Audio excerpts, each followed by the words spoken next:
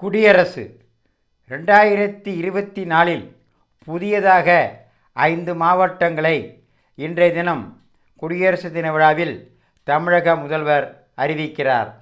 கடலூர் மாவட்டத்தை 2ஆக பிரித்து விருத்தாச்சலம் மாவட்டம், திருவண்ணாமலை மாவட்டத்தை பிரித்து செய்யாறு மாவட்டம், கோயமுத்தூரை 2ஆக பிரித்து பொள்ளாச்சி மாவட்டம், தஞ்சாவூர் மாவட்டத்தை 2ஆக பிரித்து கும்பகோணம் மாவட்டம், சேலம் மாவட்டத்தை 2ஆக பிரித்து ஆத்தூர் மாவட்டம் ஆக 5 புதிய மாவட்டங்களை இந்த 2024ஆம் ஆண்டில் இன்றைய தினமான ஜனவரி 26 குடியரசு தினத்தில் தமிழக முதல்வர் மாண்புமிகு திருவாளர் ஸ்டாலின் அவர்கள் முதலமைச்சர் இன்று அறிவிக்கிறார்.